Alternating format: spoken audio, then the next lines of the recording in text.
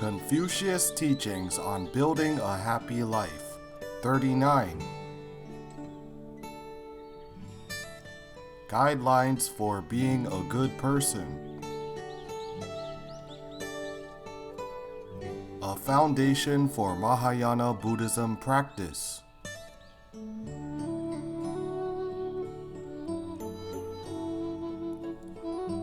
Validated by Master Dizigui. Speaker, Teacher Tsai Lixu.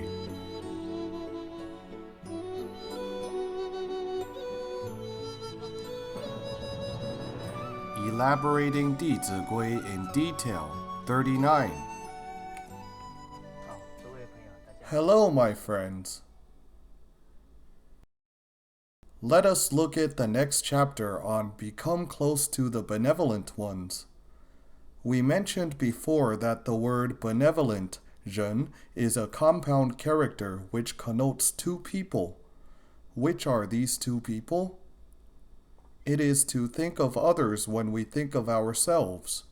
In other words, it is, don't do to others what you don't wish to be done upon you, and the attitude of, if you wish to establish yourself, establish others. If you seek to uncover your own wisdom, help others uncover theirs. To put it simply, it is to be thoughtful of others constantly. To judge if one is a benevolent person, we can look at it from several angles. Firstly, he must be kind-hearted. Secondly, he must be humble. And thirdly, can lead others by example. When we were running our course in Beijing, Teacher Yang happened to be dealing with some matters in Shandong. After traveling on the train for several hours at night, she arrived in Beijing at about 8 to 9 o'clock. At that time, we were running a 5-day course in a hotel. Without taking a rest, she came to the hotel to see everyone. When some of the students bumped into her, Teacher Yang said to them, "If our lectures are not well spoken, you must point out the shortcomings." Then she told these students, "If you didn't eat well and sleep well, you must give us feedback. Let us know. Otherwise, we would have been insufficient in our hospitality." She then said to these students, "Attending lectures must be very exhausting, so you should rest when you can." Is it toilsome to attend lectures? Yes. So you should rest well today too. Indeed, Teacher Yang is always considerate of others. Once she went to Haikou. While I was walking with her on the street, we saw an old lady pushing a cart to sell some fruits. She went over and bought some bananas from her. She deliberately chose some of the overripened and almost rotten ones. What should we do when we have questions? We must ask. So I asked, "Teacher, why did you buy the bad ones?" She said, "These bad ones will rot if nobody buys them now, since we will eat them right away, so we should quickly buy them." She actually did not plan to buy fruits, but bought them because an old lady was selling them. In addition, it is also a way of cherishing food. We should not waste food. So we can observe one's benevolence from whether he is kind-hearted or not. Secondly, we can observe from the humble attitude. This humble attitude is likened to the rice spike. The fuller it is, the lower it bends. Likewise, the sea can accommodate water from all rivers due to its humblest position. Confucius had edified so many students throughout his life, yet he said that he only recounted sages' teachings without adding his own ideas. It represents that Confucius was very humble. He said what he imparted was the truth that was passed down by ancient saints and emperors. The lineage of the emperors Yao, Shun, Yu, Tang, as well as Emperors Wen, Wu, and Zhou Gong. He was very humble. Only humility can correspond with morality. So we can judge whether one is benevolent from the aspect of humility. I had learned this when I was in Australia. At that time, Uncle Lu was sitting next to me, but I did not recognize his true identity after sitting with him for 1 to 2 weeks. Fortunately, I had learned this phrase: I will serve others' parents as if I am serving my own parents. So I took the initiative to give him a bow and said, "Hello, Uncle Lu."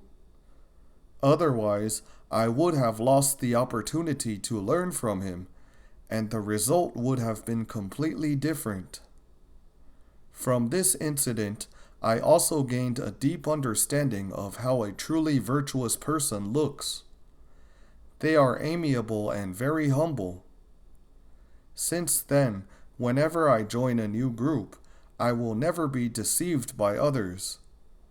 Because if we listen to some people boasting about how well they know certain officials, how much property their family has, or how successful their career is, what would ordinary youths think? Wow, how capable they are! They would very likely be taken in the wrong direction. So the second point of consideration is humility. The third point is that a benevolent person must lead others by example. Whatever they have said, they can certainly implement, or they will only tell others after they have accomplished it. So a saint is one who acts before he speaks. One who acts after he speaks is a sage. One who cannot implement what he has said is called a liar. We should aspire to be a saint or a sage, but must not become a liar. I should neither be harsh nor give up on myself, for the state of saints and sages can gradually be attained. So we must always remind ourselves to set examples for others, starting from self-cultivation.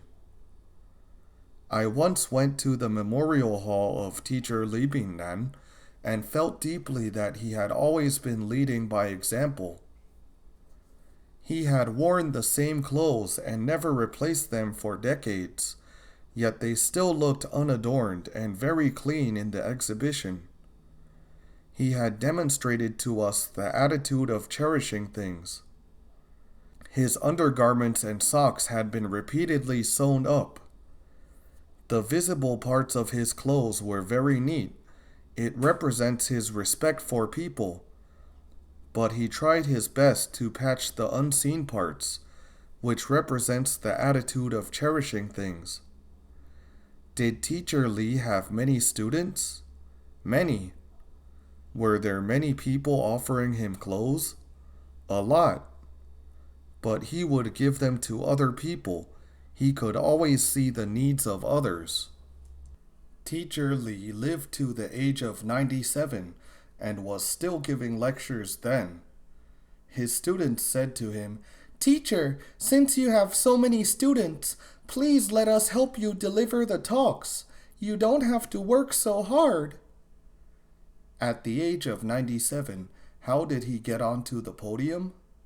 Several students carried him to the podium. Teacher Li said, "So long as the public wants me to talk, I will try my best to talk each day as long as I live."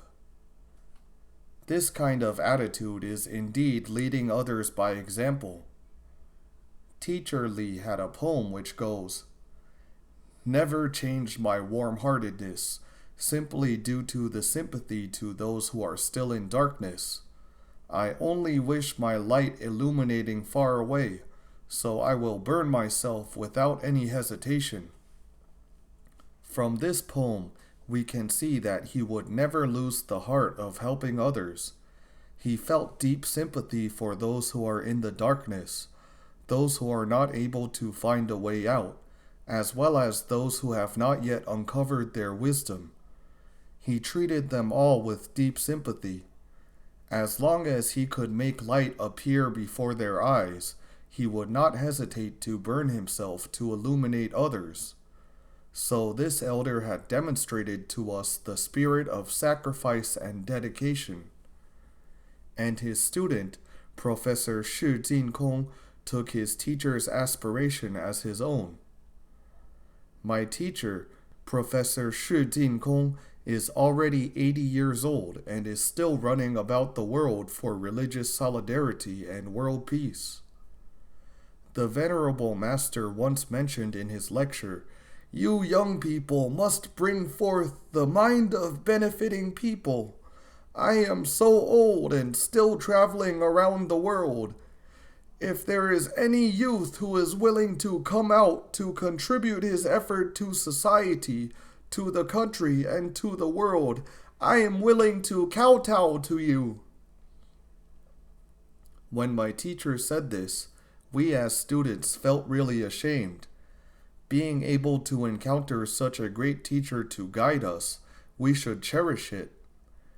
We must regard our teacher's aspiration as our own. Despite my meager ability, I must do my very best to implement his teachings respectfully. Later, I gave rise to the thought of doing something to repay his kindness. As a result, I was invited to give talks in Shenzhen not long afterwards. Indeed, the environment that a person dwells in is completely brought about by his own mind. The power to induce is our true heart, while the response being induced is the environment. So I have been flying around since March. In fact, there are too many important things that need our sincere contribution in society and the world today.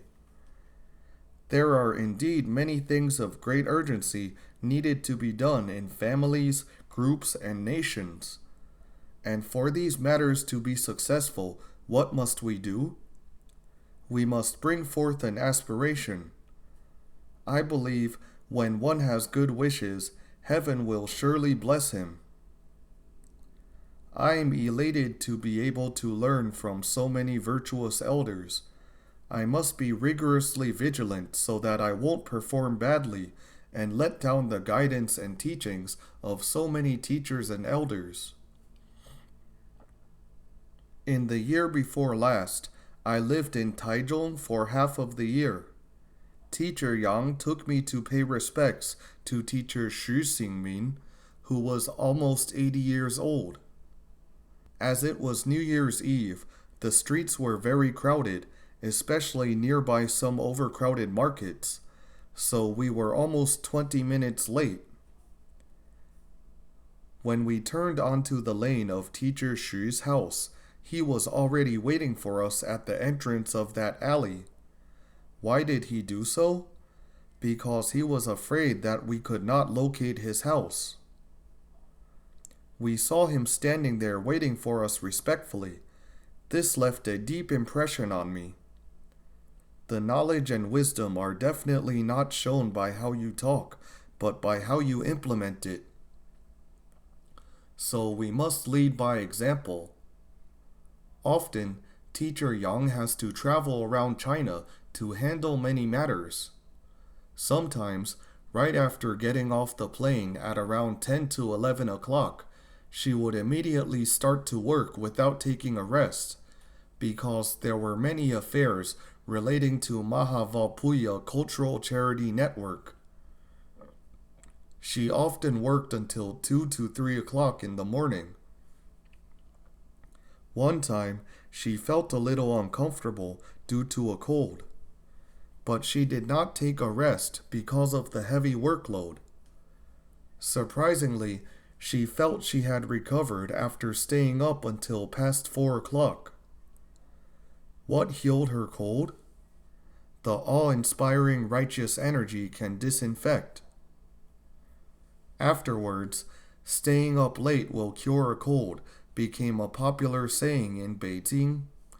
However, it varies from person to person.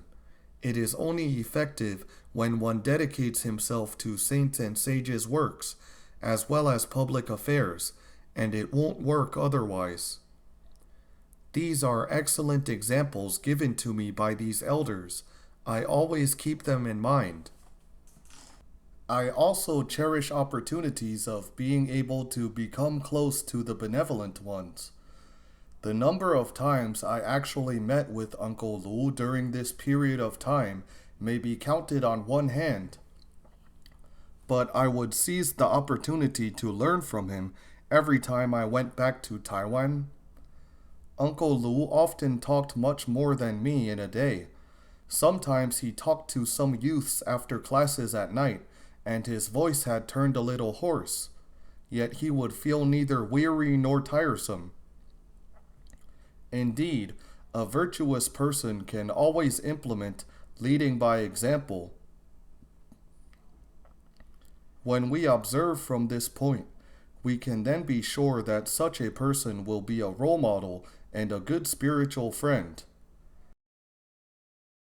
Let us look at the classic text and recite it once. We are all human, but our types differ. The ordinary are many, benevolent people are rare. A truly benevolent person is held in awe by others. He will neither be afraid to speak the truth nor fawn on others. If I can be close to benevolent people, I will benefit immensely. My virtues will grow daily, and my wrongs will lessen day by day. Not becoming close with benevolent ones is definitely harmful. Petty-minded people will come, and everything will turn bad. Let us look at the first verse. We are all human, but our types differ. The ordinary are many, benevolent people are rare. My friends, can you feel the truth of this verse now? It is absolutely true. Nevertheless, the ordinary are many, benevolent people are rare is an effect. It is useless to complain about this effect. We must find out the cause. Why are there many ordinary people and rarely benevolent people today? Because the sage education has been lost. Without saints and sages' teachings, we cannot discern right from wrong and between good and bad. Even though the ordinary are many, they are actually the victims. As the Infinite Life Sutra states, the deviation from goodness of the past generations is because they did not learn moral education. No one has ever told them they cannot be blamed. Who should we blame now?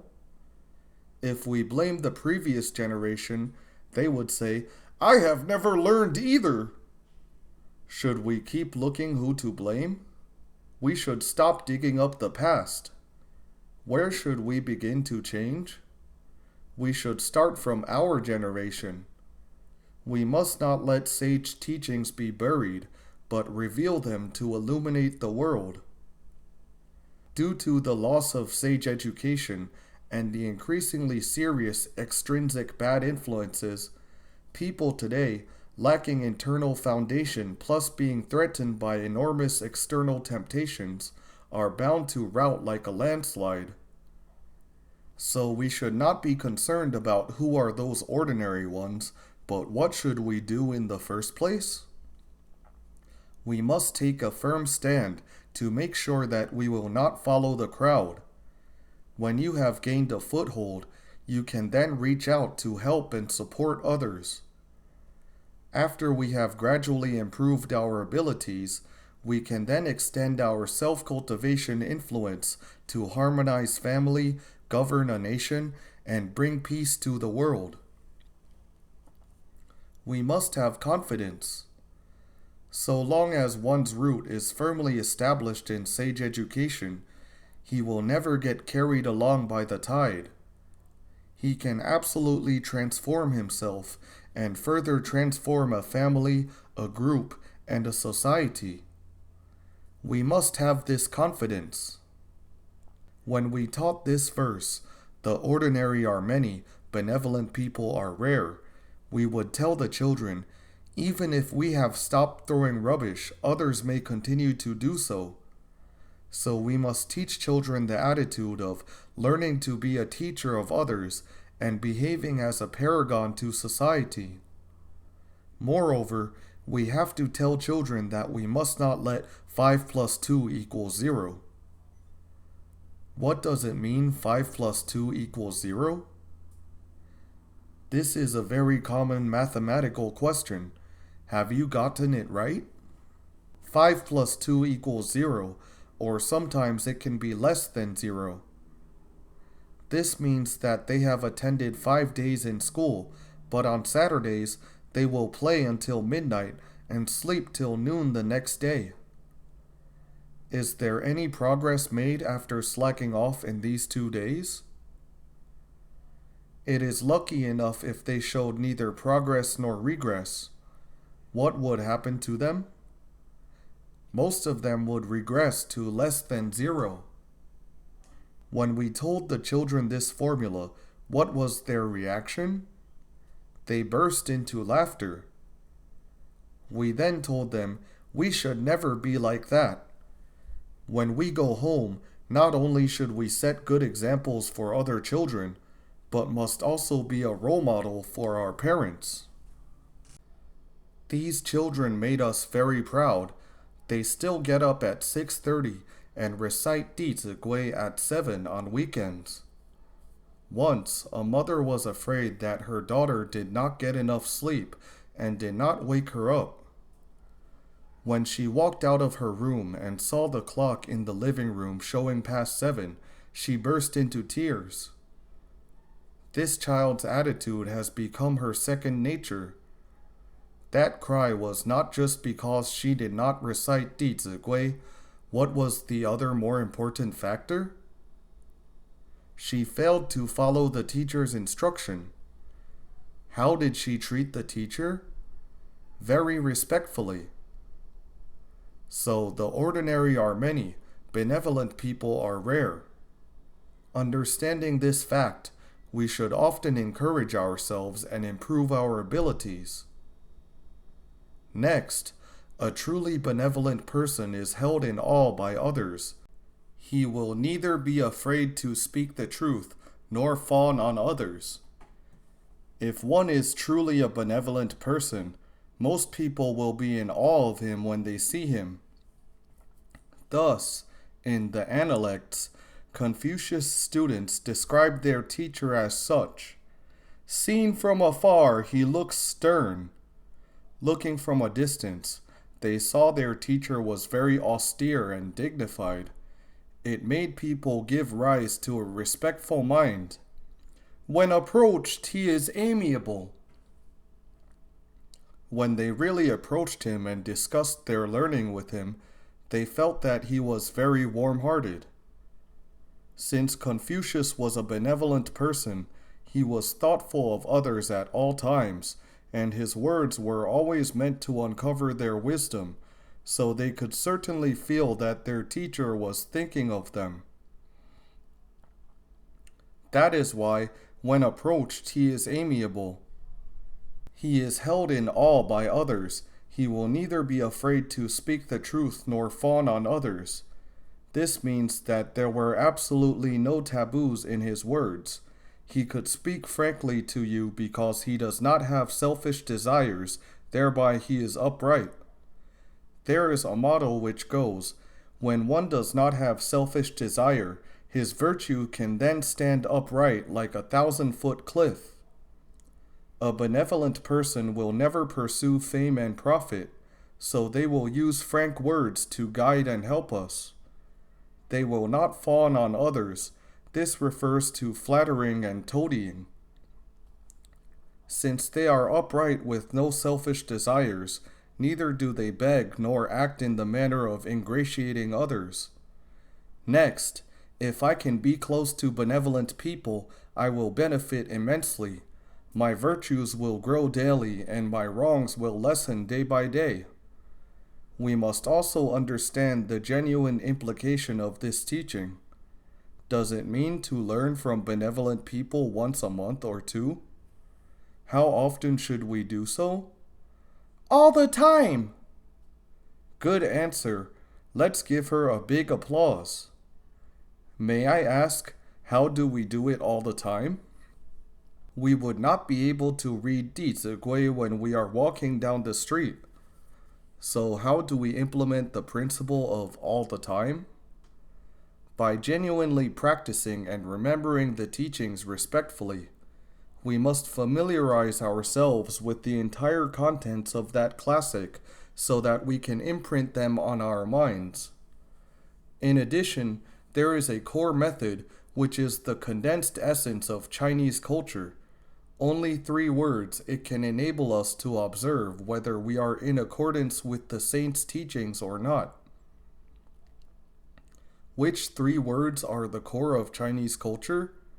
It is to be a monarch, parent, and teacher of others. The most noble things in nature are heaven, earth, monarch, parent, and teacher.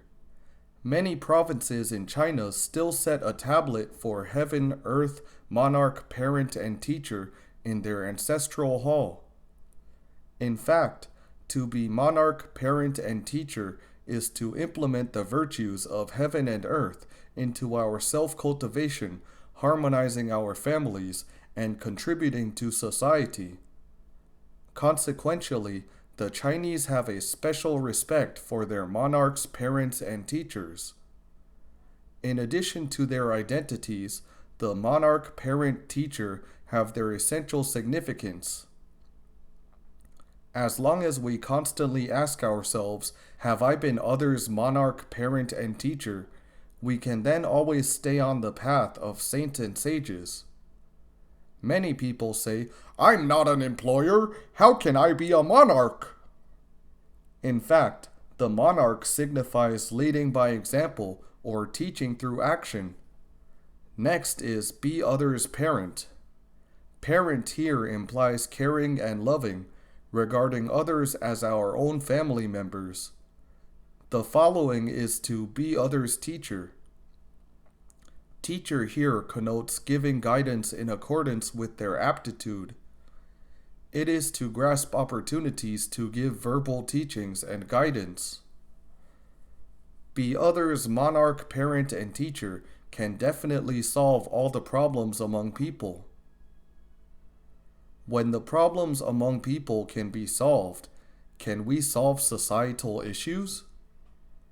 The whole society is simply the gathering of multitude of people. Once we master the right attitude of treating people, the problems among people and society will naturally be resolved. Needless to say, people can then surely get along harmoniously with nature. Mencius told us, only being affectionate to family can one be benevolent to people. After being benevolent to people, he is then able to love all things.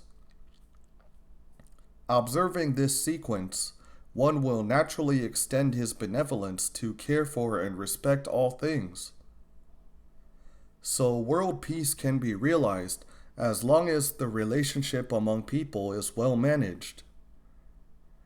When we can constantly remind ourselves whether we have been others' monarch, parent, and teacher, then our path of cultivating of Tao will progress rapidly. Nowadays, we have heard parents saying that it is not easy to discipline children, teachers saying that students are not easy to educate, and the employers saying that it is not easy to lead the employees. These are all consequences. What is the cause? What is the cause? There is a sentence which is the essential doctrine in Confucianism. When things don't accord with my wish, I must turn inwards and introspect myself. This verse is very intriguing. Its allusion comes from the doctrine of the mean. In this classic, Confucius mentioned, in archery, we can find a similar principle with being a virtuous man. Shooting an arrow is similar to cultivating to become a virtuous man. When we pull the bowstring and prepare to shoot the arrow, but we miss the target after the arrow is discharged, this is called missing the center of the target. Who should we blame when the arrow misses the target? We should turn around to find the cause of our failure in ourselves. We must blame ourselves for lacking the skill. However, people today, when missing the target, will immediately say, "Which company made that arrow and this bow? Why are they so badly made?" They did not find the crux of the problem when they feel children were not easy to teach and employees not easy to lead, because they did not turn inward to introspect themselves. Let us take a look at why parents today think that children cannot be taught well. It is because they have not implemented being a monarch parent and teacher. Let's see if parents today have been leading by example. Have they? They may demand children to practice Dizigui teachings and be filial to parents, yet speak to their own parents with a bad attitude themselves. As a result, people below emulate the conducts of the people above. I remember one true story of a region where people had a bad custom.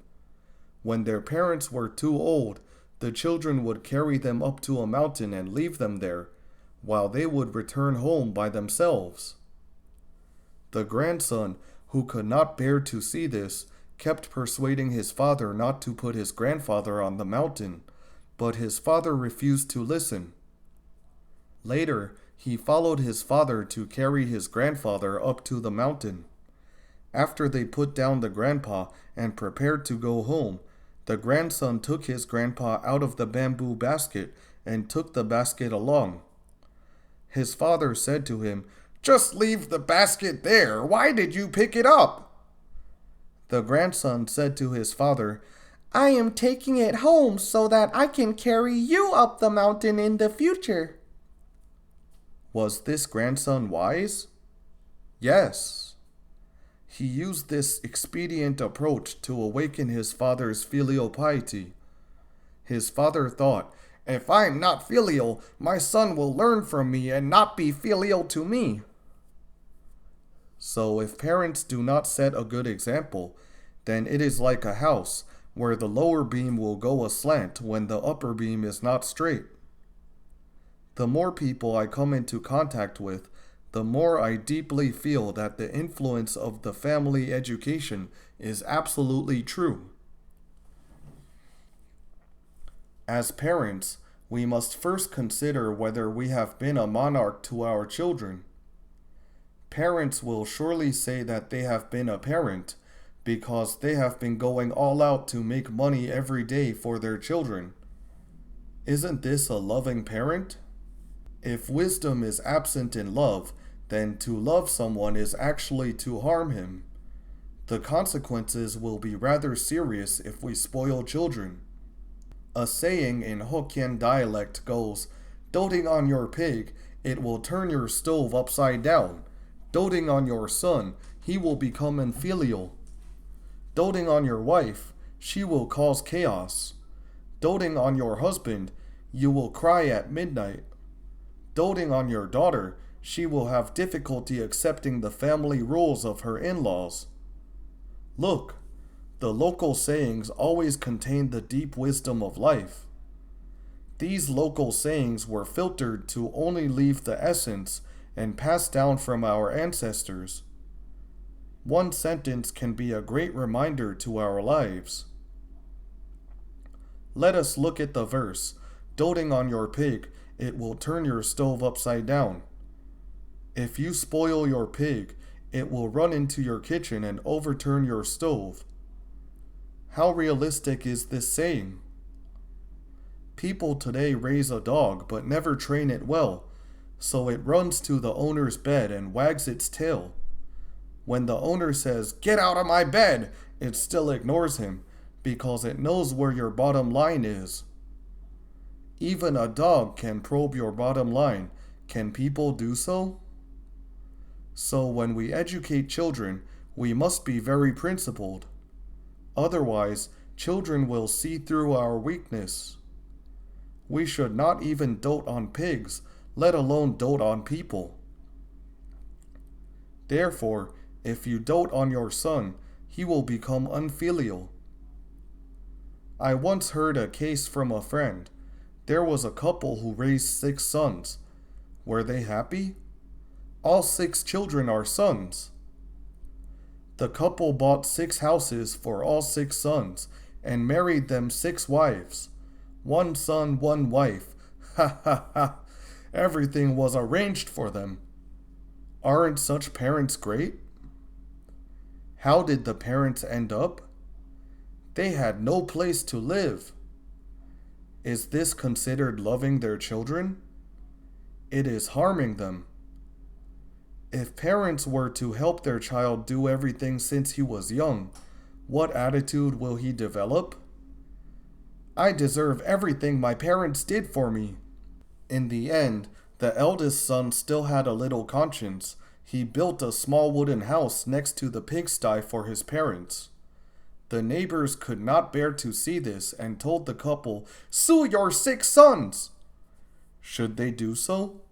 Should they sue? Should they? Zhu Lu's maxims states, contention and lawsuits are forbidden in a family. Litigation will end up in doom.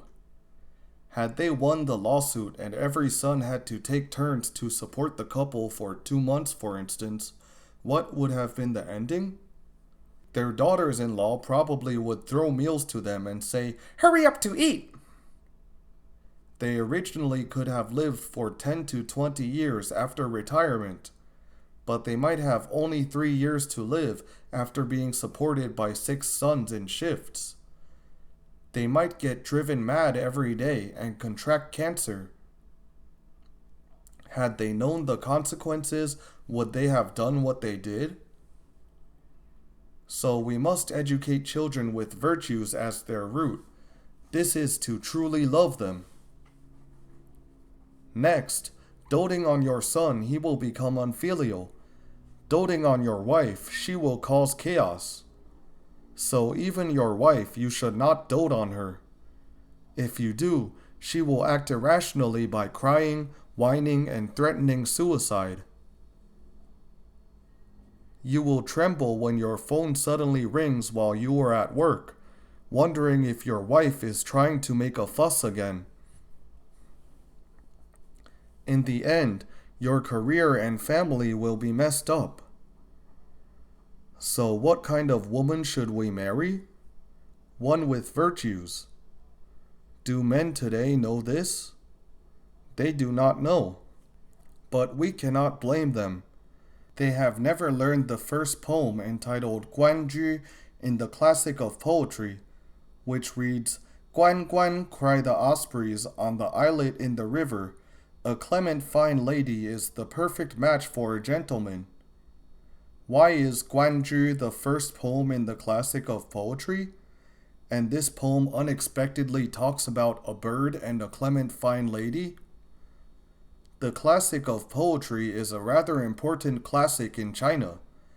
Why did this classic talk about Guanju in the first section? There is great wisdom in it. Which relationship is the pivot among the 5 ethical relationships? The husband-wife relationship. So this first article talks about the way of husband-wife. Why was a bird used to educate people? There is wisdom in it too. I once asked the middle school students, what does clement fine mean? One of the female students, an 8th grader, answered, "Women with slender bodies." I said, "The genuine meaning of the saints has been completely distorted." However, she cannot be blamed because many weight loss ads use this phrase. Those fallacious ads confuse people, so they cannot be blamed. Clement fine lady refers to a lady with great virtues. Why was Guanju placed in the first section? Because this kind of bird, osprey will never change partners once they find one. People are very sensitive to their self-esteem. If you pointed out to someone directly, "How could you abandon your wife?" he would answer you, "Mind your own business." Isn't it right?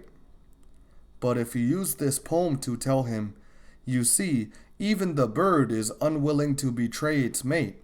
How can we humans be inferior to birds?" By using this method, he will know how to restrain himself right away if he has a sense of shame. What about those who do not have a sense of shame? You will not incur his enmity either. That is why there are so many names of insects, fishes, birds, and beasts in the classic of poetry. They were all used as metaphors to arouse people's innate virtues and conscience. So we must seek a virtuous person when we look for a life partner. It is mentioned in Guanqu, varied in length are the water plants. She picks them from left and right. This water plant was offered before the ancestors during the memorial rite. Who went to pick these plants? Who went? The daughter-in-law. This is of great significance. It represents that a virtuous daughter-in-law would pick the water plants for the memorial rite so that the ancestors' spirits felt gratified. Because having a good daughter-in-law can let 3 generations flourish, and it will cause the ancestors to weep for 3 generations otherwise. Since marrying a good wife or husband is supremely important, marriage ceremony has become the most carefully and grandly conducted ceremony among all Chinese etiquette. Hence, the wife cannot be doted on, neither can a husband be doted on. Doting on your husband, you will cry at midnight. This means that if you were to spoil your husband, he would linger outside for pleasure and forget to come home, while you would cry alone at home and could not get to sleep. This would be very bad. How about your daughter? You cannot dote on her either.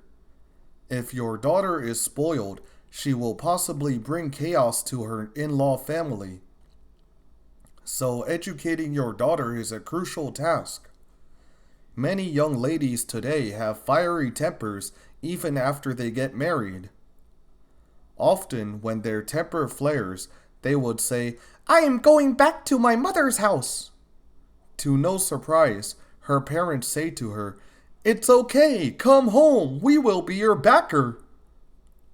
Is there such a situation? Are they loving their child when they do so? Yes or no? No. Your daughter is someone's wife and mother in her life.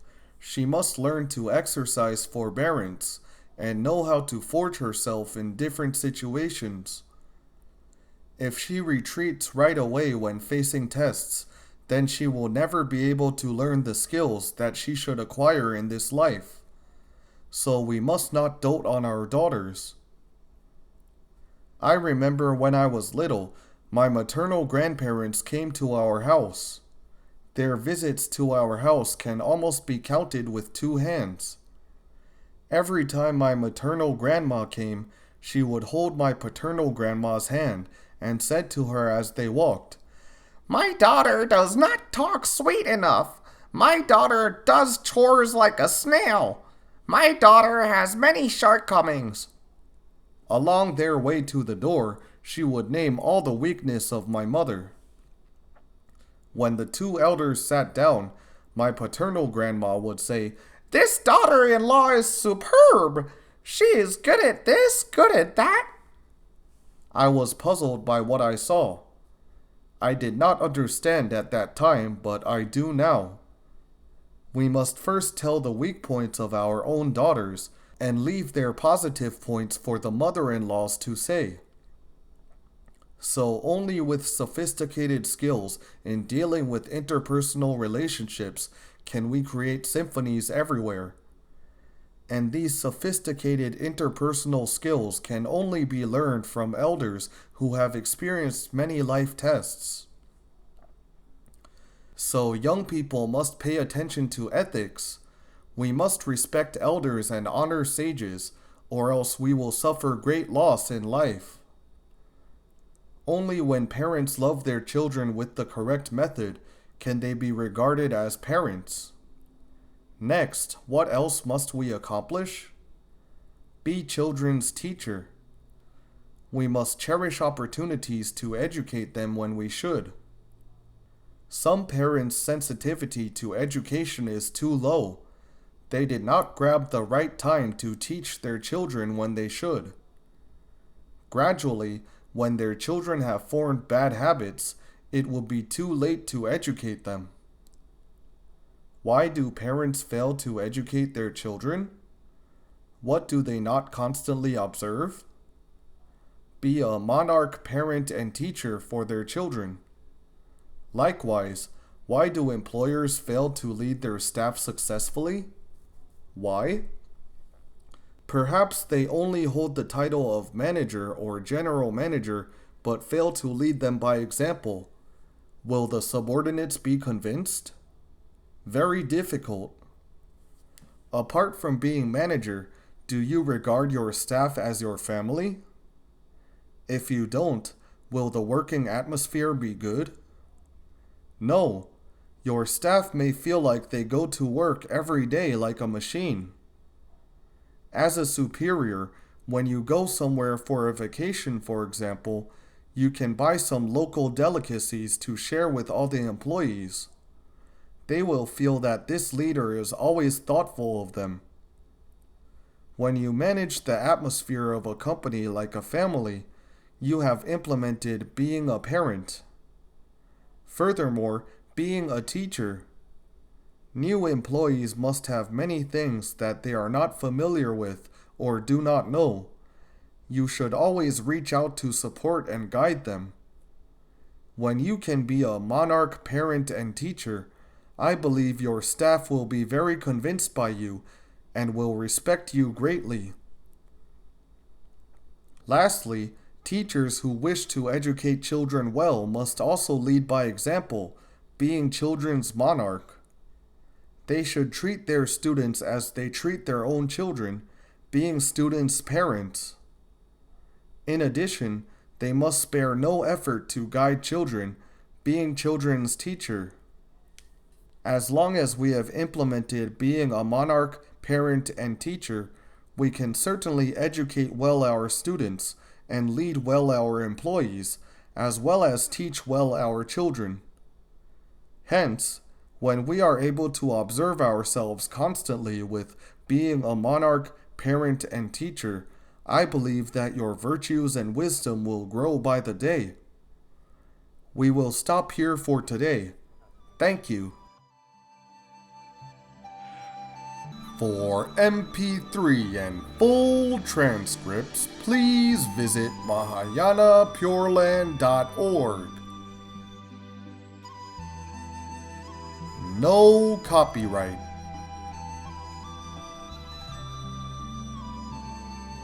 Infinite merits to propagate.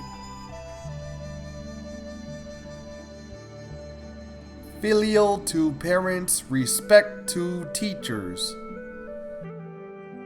See you again.